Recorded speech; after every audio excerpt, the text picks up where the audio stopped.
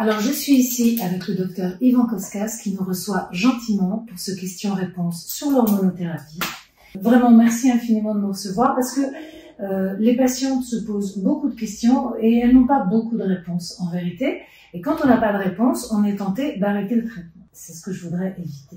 Alors, j'ai fait une espèce de condensé de toutes les questions qu'on nous a posées. Pourquoi l'hormonothérapie est-elle indispensable si on la supporte? Car il y a des femmes, j'ai eu beaucoup de témoignages, qui ont beaucoup d'ennuis, de phlébite, de problèmes à l'utérus, etc. Donc, on ne parle pas de ces femmes-là, on parle de celles qui médicalement supportent l'hormonothérapie.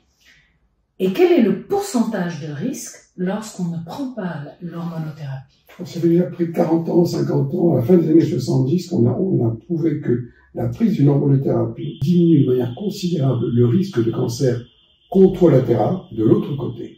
Il y a aussi une espèce de légende un petit peu sur Internet et dans les réseaux sociaux que l'hormonothérapie serait un préventif. Mais ce n'est pas un préventif. Un exemple très simple. Quand on propose à ces patientes qui refusent l'hormonothérapie, si par malheur, dans les années qui suivent, elles ont des métastases, une maladie qui est récidive, elles acceptent l'hormonothérapie sans aucun problème. Elles se rendent compte que cette fois-ci, l'hormonothérapie leur a réellement rendu service. Oui, l'idée du préventif vient du fait que la hormonothérapie est prescrite après l'opération et après la radiothérapie. La patiente ou chimiothérapie quand c'est nécessaire.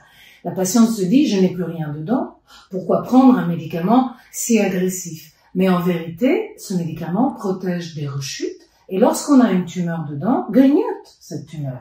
Quand on décide de faire un traitement dit adjuvant, c'est-à-dire après la chirurgie, on peut se dire qu'après la chirurgie, on a tout enlevé, il n'y a plus de cancer. Bien sûr. On s'est aperçu que la radiothérapie permettait de diminuer de manière très significative le risque de récidive locale. Et même quand on fait de la chimiothérapie ou de l'hormonothérapie, on arrive à savoir quelles sont les patientes qui vont réellement bénéficier de ces traitements de chimiothérapie ou d'hormonothérapie. Et l'hormonothérapie, c'est incontestable quand il y a 2 cancers sur 3 qui sont hormonodépendants. C'est énorme. C'est-à-dire 2 cancers sur 3 qui ont réellement bénéficié de l'hormonothérapie. On sait qu'on diminue le risque de manière considérable et qu'on rend réellement service à ces patients. La deuxième question que j'ai trouvée en grand nombre, les effets secondaires de l'hormonothérapie, Dr Koskas, les plus débilitants ne sont pas du tout les bouffées de chaleur, je dirais que c'est les douleurs articulaires, les musculaires, la fatigue, la prise de poids considérable, l'insomnie et la dépression. Il faut toujours mettre en balance les effets secondaires et le bénéfice. Voilà. Si les effets secondaires sont absolument catastrophiques, que la qualité de vie est épouvantable, moi j'arrête l'hormonothérapie. C'est évident.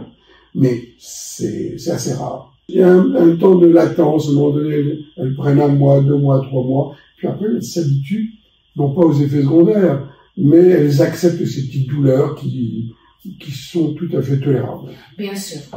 Je dirais que la manière dont on prend l'hormonothérapie impacte les effets secondaires. En vérité, les premiers 2 ans de l'hormonothérapie, c'était une contrainte pour moi. Et j'ai fini non seulement par l'accepter, mais par la remercier, au fond, cette hormonothérapie. Il faut dire que j'ai 2 amies qui sont mortes parce qu'elles n'ont pas bénéficié de l'hormonothérapie. Et tout d'un coup, je me suis rendu compte qu'en fait, j'avais de la chance d'avoir cette hormonothérapie. J'avais de la chance d'avoir ce médicament.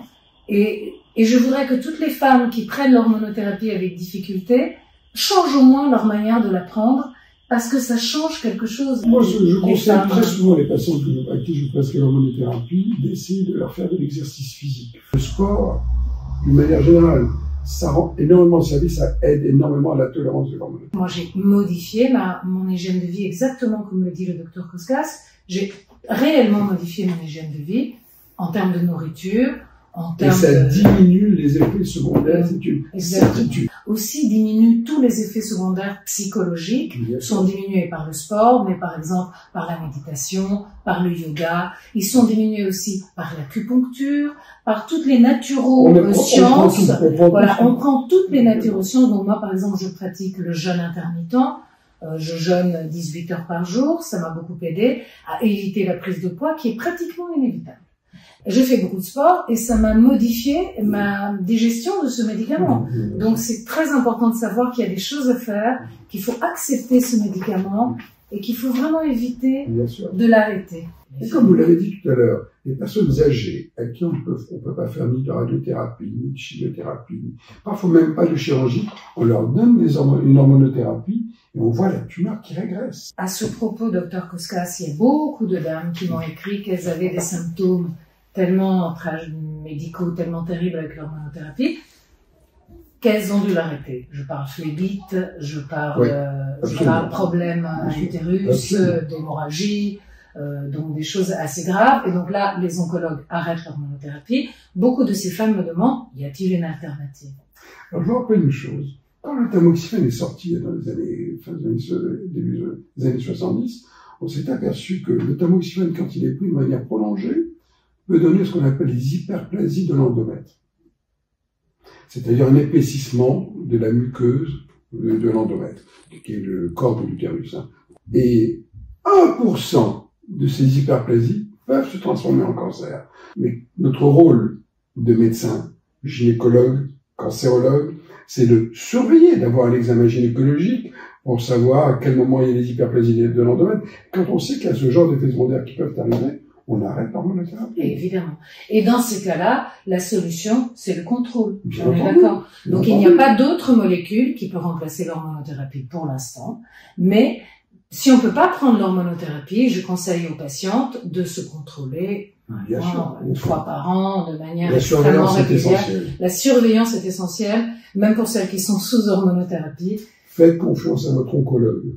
Les femmes doivent savoir que si elles arrêtent l'hormonothérapie, elles prennent un risque quand même. Je voudrais le dire.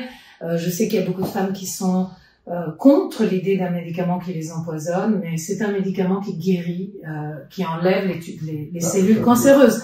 Donc, est-ce qu'on est empoisonné par le cancer ou par le médicament? Moi, je crois qu'on est empoisonné par le cancer. Ça, c'est là ce qu'il faut dire. Le cancer, c'est plus grave que le médicament. Si on propose ces médicaments, ces traitements, à titre non pas préventif, mais pour diminuer le risque de récidive, c'est qu'il est vraiment efficace. Sinon, on ne peut se répondre. Mais évidemment. Et une question qui m'a beaucoup interpellée, j'ai reçu beaucoup de femmes qui m'ont écrit cette question. Quelle est la cause de tous ces cancers du sein, m'écrit une dame? La courbe est croissante. Je ne bois pas, je ne fume pas, j'ai toujours eu une vie saine. Je ressens comme une injustice. Si on savait, ce serait génial. Mais donc ça n'a rien à voir avec l'hygiène de vie. L'hygiène de vie en fait partie. Oui. Ce que l'on sait, c'est qu'il y a des cancers qui sont liés à des mutations génétiques. Et ça représente 5% des cancers. Mais le cancer hormonal du sein? On n'a aucune preuve. L'âge de la première grossesse, on a tout fait. Parce que il y a des gens dans mon cas qui ont pris des hormones toute la vie, parce que moi j'étais génération pilule, donc j'ai pris l'hormone. La pilule, on est sûr que la pilule n'est pas responsable de le cancer. Il faut arrêter de penser ça. Exactement. Et puis je connais des femmes. Il y a des preuves, ce que je Bien dis, sûr. c'est pas, je le dis comme ça, mais il y a des preuves scientifiques. Oui, parce qu'il y a des femmes qui Il y a même des gens qui ont dit, mais les déodorants, ce qu'on dit, les déodorants peuvent donner des cancers, tout ça, c'est du pipeau. Du pipeau. Je pense aussi la nourriture par rapport à l'hormonal, au cancer hormonal. Oui, on a de toute façon, de manière générale, on a une alimentation saine, de manière générale. Bien sûr. Donc, en résumé, chères patientes et amies et Instagrammeuses, le docteur Koskas a vraiment résumé ce que je voulais vous communiquer à travers ce petit question-réponse qu'on a fait. L'hormonothérapie est un bon soin. C'est une cure importante qui évite dans des nombres de pourcentages considérables la rechute. C'est acté, ce n'est pas un préventif, c'est une molécule qui grignote la tumeur. Tout ce qu'on peut faire pour la supporter, notamment le sport, a dit le Dr Koskas, c'est vraiment, vraiment assez important pour toutes les femmes, remettre le corps en mouvement. Pour les femmes qui voudraient vraiment pas arrêter, mais qui subissent l'hormonothérapie, il y a des solutions. Il y a des solutions physiques, il y a des solutions psychologiques, et il y a des solutions de naturopathie. Il faut toutes les mettre ensemble, de manière à résister ces 5 ans, ces 7 ans, selon la personne. Il ne faut pas hésiter à parler à la patiente, il ne faut pas hésiter de prendre du temps.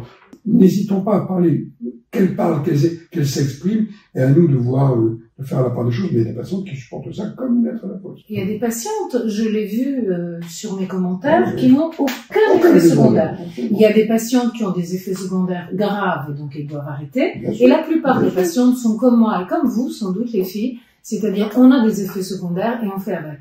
Donc merci docteur. Merci.